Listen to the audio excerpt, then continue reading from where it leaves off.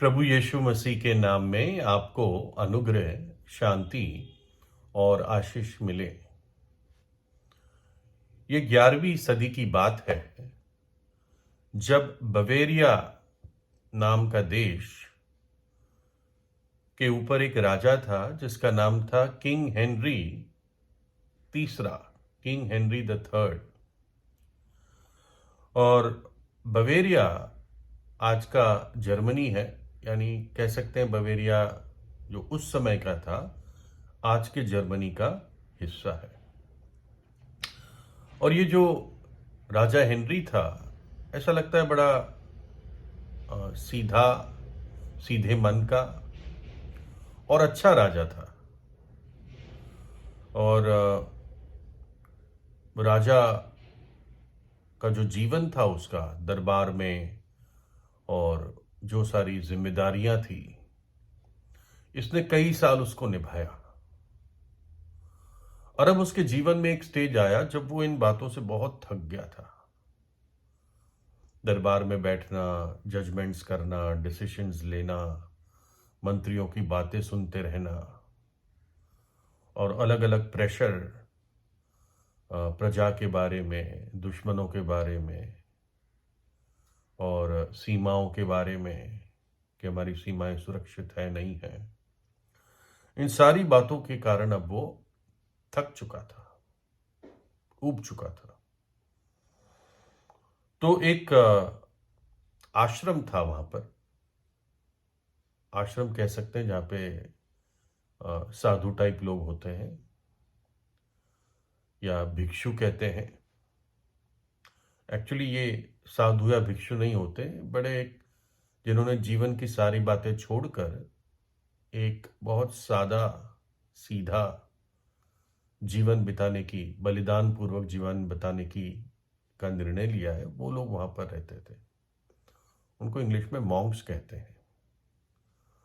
तो विशेषकर वो एक ख्रिस्ताश्रम था जहां पर यीशु मसीह के वचनों पर जो चलते हैं वो सब कुछ त्याग करके उस ख्रिस्ताश्रम में रहकर वो अपना एक बलिदान पूर्वक सीधा सादा जीवन बिताते हैं। तो राजा ने सोचा मैं भी एक इसी प्रकार का मॉन्क बन जाऊंगा, संत बन जाऊंगा, सब कुछ छोड़ दूंगा और एक बहुत सादाई का जीवन बिताऊंगा पूरे जीवन भर। तो राजा उस ख्रिस्ताश्रम में जाता है और वहां का जो चीफ होता है, लीडर होता है, उससे मिलता है और बताता है कि मैं अब सब कुछ राजा के जीवन को छोड़कर आपके ख्रिस्ताश्रम में पूरा जीवन रहना चाहता हूं। तो जो वो प्रधान था उसने कहा, महाराज आपको मालूम है कि यहां पे सबसे पहली मुख्य चीज इस ख्रिस्ताश्रम में जो एक व्यक्ति से अपेक्षा की जाती है वो है आज्ञाकारिता। तो आप तो राजा रहे हैं, आप तो आज्ञा देने वाले रहे पूरे जीवन, आप कैसे किसी और से आज्ञा लेंगे? आज्ञाकारिता आसान नहीं है। तो राजा हेनरी ने कहा, इस बात को मैं भली भांति समझता हूं और मैं आपको ये वादा देता हूं कि पूरे जीवन भर, क्योंकि आप यहां के प्रधान हैं, मैं आपका आज्ञाकारी रहूंगा। जैसे यीशु मसीह आपकी अगुवाई करता है, मैं आपका आज्ञाकारी रहूंगा। तो प्रधान ने कहा, ठीक है महाराज, मैं आपको आज एक आज्ञा देता हूं। जब आपने ये प्रण लिया है तो मैं आपको आज्ञा देता हूं कि अपने सिंहासन पर वापस जाओ और जिस स्थान पर परमेश्वर ने तुम्हें रखा है वहीं पर ईमानदारी से अपने काम को करो। जो काम परमेश्वर ने तुम्हें दिया है उसको ईमानदारी से तुम पूरा करो। चले जाओ अपने सिंहासन पर। और राजा हेनरी चला गया, उसने आज्ञा मानी। अच्छा आदमी था वो, और सच्चा भी था।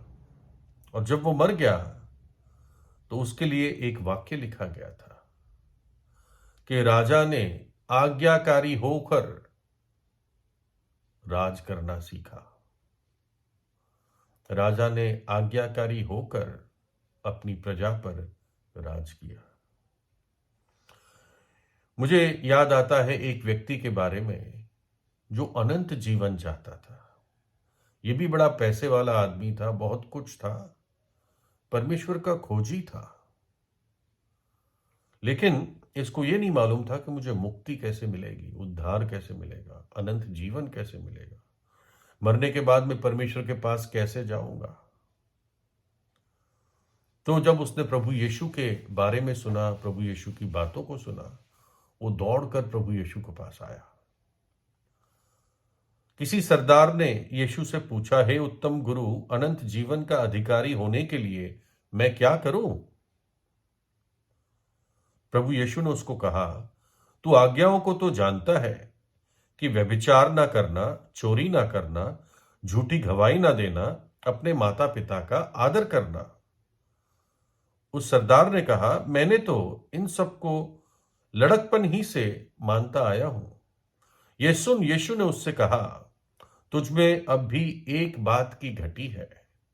अपना सब कुछ बेचकर कंगालों को बांट दे और तुझे स्वर्ग में धन मिलेगा, और आकर मेरे पीछे हो ले। और यह सुनकर वो बहुत उदास हुआ, क्योंकि वो बहुत धनी था। वो अनंत जीवन चाहता था, लेकिन उसके जीवन में एक बहुत बड़ा रोड़ा था, और वो रोड़ा था उसका पैसे के प्रति प्रेम। वो परमेश्वर से ज्यादा पैसे से प्रेम रखता था, धन से प्रेम रखता था। और प्रभु यीशु इस मूर्त को उसके जीवन से हटाना चाहता था कि सिर्फ परमेश्वर ही उसके जीवन में रहे। और प्रभु यीशु ने उसको एक मुश्किल आज्ञा दी, जो आसान नहीं है, मैं भी मानता हूं, लेकिन परमेश्वर के अनुग्रह से सब कुछ संभव है। और यह भी संभव है कि वो उस पैसों के प्रेम पर विजय पा सकता था, लेकिन वो दुखी होकर चला गया, क्योंकि मोह बहुत था, पैसे की हवस बहुत ज्यादा थी। शायद प्रभु के पैरों पे ही गिर जाता, प्रभु के चरण पकड़कर कहता, हे प्रभु यीशु, मुझ पापी पर दया कर दे। मैं तो एक लालची व्यक्ति हूं, पापी हूं, मेरी मदद कर प्रभु। इस स्थिति में निश्चित रूप से कोई हल निकलता, लेकिन जब प्रभु ने यह आज्ञा दी तो वो सहन नहीं कर पाया कि मेरा सब कुछ चला जाएगा। जिन्होंने प्रभु यीशु के लिए कुछ भी छोड़ा है, वो कभी लज्जित नहीं हुए। आज के दिनों में लोगों को आज्ञा मानना ये अच्छा नहीं लगता। कहते हैं हम तो फ्री लोग हैं, हम तो स्वतंत्र लोग हैं, अपने शरीर के, अपने मन के हम मालिक हैं, जो चाहे हम करें। तुम कौन होते हो हमें बताने वाले? है ना? जब एबॉर्शन, गर्भपात के विरोध में बोला जाता है, तो कई लोग, कई स्त्रियां कहती है, तुम कौन होते हो हमारी फ्रीडम के ऊपर बोलने वाले? हमारा शरीर है, हम जो मर्जी करें। लेकिन आज्ञाकारिता का अर्थ समझिए। आप किसी देश में गाड़ी चला रहे हैं, वहां पे लेफ्ट हैंड पे गाड़ी चलती है, आप राइट पे चलाने लगे, या वहां राइट हैंड ड्राइविंग है और आप लेफ्ट में चलाने लगे। न लिखा है कि रेल की पटरियां क्रॉस ना करो, और आप रेल की पटरी क्रॉस कर रहे हैं। तो वो आज्ञाएं किसके भले के लिए है? उससे सरकार को कोई मजा नहीं आता, वो आपके भले के लिए है कि आपकी जान ना चली जाए। वैसे ही परमेश्वर ने ये जो विश्व बनाया, उसने अपनी आज्ञाएं रखी है हमारे जीवन के लिए। परमेश्वर जानता है कि जब एक व्यक्ति पाप में पड़ जाएगा, पाप में लौलीन हो जाएगा, तो वो नाश हो जाएगा। आप घी खाना ही शुरू कर दो, बहुत घी खा लो, देखो क्या हालत हो जाएगी। इसलिए बाइबल कहती है पेटू मत हो, समझाती है पेटू मत हो। तो कई सारी आज्ञाएं बाइबल बताती है जिसमें हमें आज्ञा माननी है ना। और सबसे बड़ी आज्ञा जो परमेश्वर कहता है कि मनुष्य हर जगह अपने पापों से पश्चाताप करे, अपना मन फिराए और परमेश्वर के पुत्र प्रभु यीशु पर विश्वास करे, जो अपनी सारी महिमा, गौरव, वैभव छोड़कर एक कुंवारी के जरिए जन्मा, इस धरती पर आया, एक गरीब परिवार में जन्मा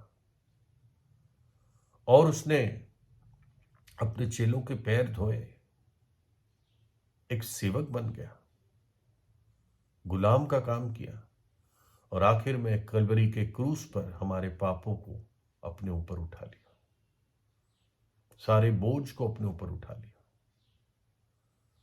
परमेश्वर के पुत्र ने पिता की आज्ञाकारिता में मनुष्य जाति के दंड को खुद सह लिया, अपना पवित्र लहू बहा दिया और तीसरे दिन मृत्यु को में से जी उठा।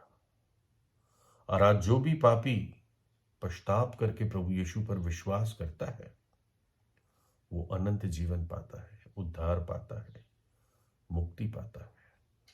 हमारे पहले पिता आदम और हवा, हमारे पहले माता पिता, उनकी अनआज्ञाकारिता से संसार में पाप और श्राप और मृत्यु आई। मृत्यु हमेशा दुख लाती है, लेकिन प्रभु यीशु मसीह की आज्ञाकारिता से कि वो क्रूस पर दुख उठाने के लिए राजी हो गया, उसकी आज्ञाकारिता से आज मनुष्य जाति को जीवन, आशीष और उद्धार मिलता है।